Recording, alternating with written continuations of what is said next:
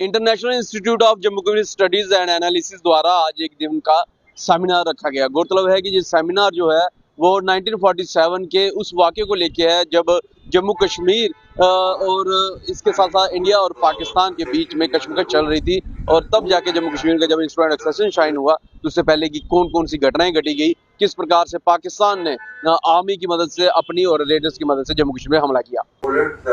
His mortar, that one mortar that he had, and the LMG. They carried on blasting them till they could, and they killed almost about 200 odd people, and tore up his thigh, the front side of his thigh tore up, and नमस्कार, आप देख रहे हैं greater Jammu, मैं पंकज पीड़िया। आज के इस programme में मुख्य अतिथि के तौर पे डॉक्टर करण सिंह जो थे वो मौजूद थे। क्या कुछ पूरा प्रोग्राम रहा, ये देखिए। and what did them?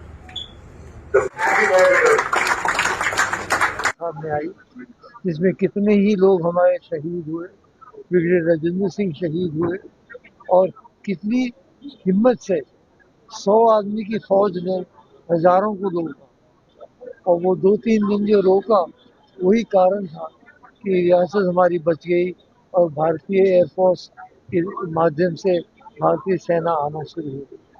तो मैं बधाई देता हूँ इनको, प्रबंधकों को, जिन्होंने ये कार्य आज हमारे सामने। सर ठीक है, आज की डेट में जो किताबों की तरफ नहीं ध्यान जा रहा, उनको मोबाइल की तरफ ज़्यादा देखते हैं, तो एज अ पेरेंट्स क्या करना चाहिए जिससे बच्चे जो है अपनी रियासत और अपनी हिस्ट्री की तरफ जो है तवज्जो दे?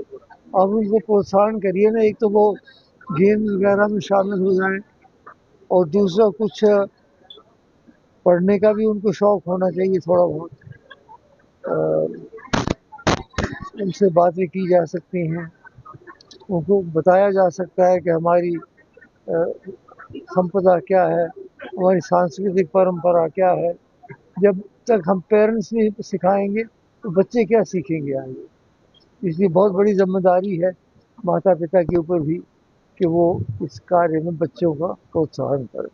ये सेमिनार को ऑर्गेनाइज जो है वो ब्रिगेडियर दीमल साहब की तरफ से और इनकी संस्था द्वारा करवाया गया था। कैसे देखते हैं इस तरीके के सेमिनार, खासतौर तौर पे जब हम बात करते हैं इंडियन हिस्ट्री की, 1947 का वो दौर जब 15 अगस्त के बाद जम्मू कश्मीर के 3 महीने बड़े क्रिटिकल रहे, और तब जाके 22, 23, 24, 25, 26 और 27 अक्टूबर तक जो है वो एक डिसीजन मेकिंग समय था। किस प्रकार से इन सारी चीजों के ऊपर बातचीत करते हैं, सब जानने का जरूर प्रयास करते हैं। देखिए, हिस्ट्री तो बहुत लोग लिखते हैं, बहुत लोग बात करते हैं, कोई बड़ी बात नहीं है, पर जो हम कर रहे हैं ब्रिगेडियर राजेंद्र सिंह, उसमें एक कड़ी है, यानी कि ये एक फॉरगॉटन हिस्ट्री है जिसको किसी ने देखा ही नहीं कभी, और अगर थोड़ा बहुत रिपोर्ट किया तो वो गलत रिपोर्ट किया। यानी कि डोगरों का वैलर जो था, जो उनकी खूबियां थी, उनको खत्म करने की कोशिश करी, जो एक सोची समझी साजिश के तहत।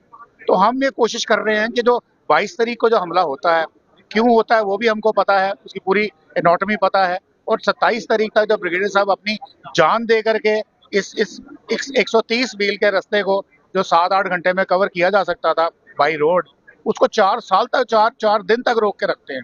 ये एक बहुत बड़ी बात है, और अपनी जान देते हैं, और as a chief of army staff दुश्मन के साथ फ्रंट पे आते हैं और इन कांटेक्ट विद एनिमी होते हैं। ये मिसालें आपको कहीं नहीं मिलेंगी जो डोगरों ने आपको दी। आपने कहा कि ऐसी हिस्ट्री को रोक के रखा गया, कल डॉक्टर साहब से बात कर रहा था, वो कह रहे थे डिस्टॉर्टेड करके रखा या उसको दबा के रखा। क्या खास वजह लगती है, क्या मेन ऑब्जेक्टिव है इन तीनों बातों में? उसकी खास वजह बड़ी साफ है, दुनिया के सामने साफ हो गई हुई है। नेहरू जी ने जो कुछ भी किया शेख अब्दुल्ला को प्रमोट करने के लिए महाराजा हरि सिंह के अगेंस्ट, अब महाराजा सारी फौजें तो महाराजा हरि सिंह की हैं। जब महाराजा हरि सिंह को एक्साइल किया जा रहा है, जबरदस्ती यहाँ से देश निकाला दिया जा रहा है, हालांकि वो कहते हैं कि हम यूएन की बात करते हैं, बट वो उसमें भी कोई लॉजिक है नहीं। तो अगर उनको जब निकाल दिया, अगर उनकी ही बातें अगर प्रमोट होंगी, उनके लोगों को शाबाशी मिलेगी, तो आप बोलिए उनको फिर कौन मानेगा। तो शेख अब्दुल्ला साहब ने अपनी पर्सनल बनाने के लिए पहले उन्होंने रॉयल फैमिली को खत्म किया, फिर उसके बाद उनकी अगली बारी आई डोगरों के केस, तो जो कुछ भी डोगरों के साथ एसोसिएटेड था उसको खत्म किया। लेकिन ब्रिटिश आर्मी के उस समय जो कमांडर इन चीफ थे, उनका भी रोल कुछ, जब मैं देख रहा था जनरल जम्वाल साहब बोल रहे थे, उनका रोल भी आ रहा था। उनका रोल ये है कि उनको एक स्ट्रैटेजी के तहत उनको जम्मू कश्मीर जो था पाकिस्तान में चाहिए था, as a buffer state between Russia and British. तो लंबी कहानी है, बट शॉर्ट में बताऊंगा।